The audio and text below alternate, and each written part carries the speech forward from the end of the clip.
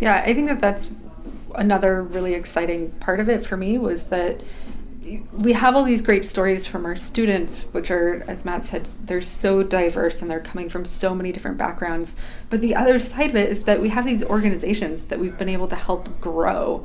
And so you can see the impact on that side of it as well, that, we have the ones that started out in the beginning and took on a couple interns, and maybe they hire them on and they keep going and they kind of disappear for a while, but then a year later we get this message that's like, hey, we're hiring again, let's come back and go through the process. That it's exciting to be that kind of a resource for growth on both sides, right? And helping them. We had one company that we worked with early on that was struggling to find somebody. They did interview after interview and were probably a year in and just couldn't find the right fit for them. They come through our internship program, and actually that first round they didn't get any interns because the process, none of the students really wanted to be there. And so after that, we sat down with the CTO there, and we were like, okay, I think we need to talk about your interview process. And so we helped him. We gave him some tips, we got feedback from our students, and helped him fix that problem, because it turned out that the practice of hiring was so cold and not welcoming, and that he wasn't even really giving a good glimpse of what the company was like to work there. And so we helped him kind of see that. And the next time around, he ended up hiring 2 students from the program through the internship program, and then a year later came back for more when they were ready to hire. And That's so it's awesome. been a really cool experience to kind of help companies not just find talent, but help them in the process of hiring and doing it in a way that's going to allow them to build a diverse team and get different types of people in there. That's been really cool. Almost no one has ever had a class on how to give an interview. Right. Right. We mostly just draw from our experience having had a couple interviews. And the number of times when students or alumni are headed into an interview and the person they're interviewing, it's their first interview that they've ever conducted. And so I think that being able to talk to companies that, maybe are struggling and say, hey, maybe there's something going on with your process that we can talk about, right? Like, oh, you throw harder and harder whiteboard challenges at the person you're interviewing until they cry because you want to find where their breaking point is. Well, maybe we can find another way to figure out what someone's breaking point is instead of actually breaking them during the interview, right? Let's try and solve that process differently.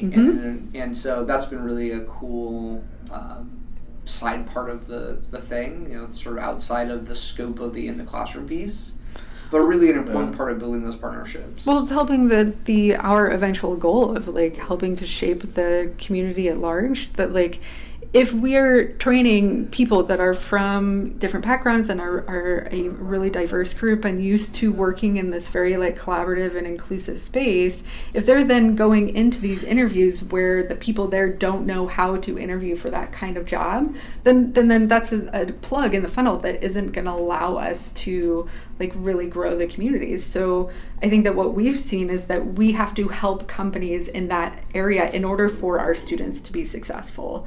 And so for us, it became a really important part of the journey that if companies aren't changing the way that they are hiring, then they aren't going to be open to the kinds of people that we are training. And so we needed to be a part of that process. And I think that I'm excited as we grow to continue that kind of work to make it so that companies are more open and more inclusive and more collaborative in their hiring process to help them reshape their teams. Yeah, I think it's interesting to see, especially companies that aren't the traditional developer shop type companies, or groups in companies that aren't that way. For example, we have several alumni that work at Intuit as part of the design team, and the design team talked to us about the fact that they needed really technical people, but they have a hard time doing it because they're not the main engineering focus, right? They're not one of the developer groups, they're the design group. And so their ability to bring folks that have a design background, have gone through the Learn program to have enough technical expertise to really be boots on the ground and do that sort of intersection between the two, empowers that team to move forward in a way that they couldn't move forward with a traditional program, right? They need both. You'd have to only hire people with dual degrees, which is pretty rare, right? And so like that difference is really, really valuable.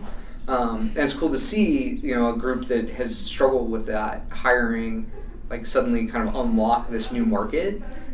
Even in a company that often, like if you go to HR at Intuit, often they will tell you that they don't hire bootcamp grads. You're like, really? I don't want to tattle on anybody, but you might look into that. You have at least 4 there. Yeah, so I think that's really cool to see companies sort of changing their song there a little bit, and the perspectives changing. And that's the industry as a whole is broadening and becoming more diverse, and we've been focused on that for more than 10 years. So I think that our community is a huge part of that. Well, and I think that, if we can help hasten the death of the whiteboard technical challenge, that will help everybody. That it's the boogeyman under the bed of every junior developer, and that ultimately it's not the right way to find out whether somebody can code is to ask them if they've memorized some algorithm, and if they can draw it on a whiteboard. Right.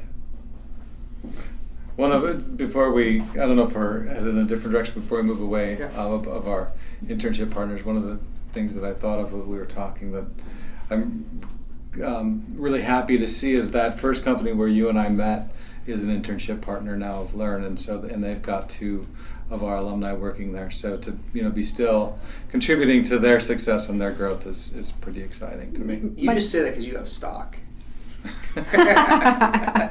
I think my favorite part about that story is that they came back to us just through like a web contact form, not knowing that it was us that did it. And I was the one that got the email, and I'm talking with them, not knowing that they were the company that you guys met at. And so he and I were like having this separate conversation, and all of a sudden I was like, hey Rob, I'm talking to so-and-so, what do you think about them? And that just like opened the door of like, oh, they have a longer history with us than I think they even realize. Right. It was good, and it's really great to reconnect with people that you've worked with in the past and see them in different places doing different things, and so that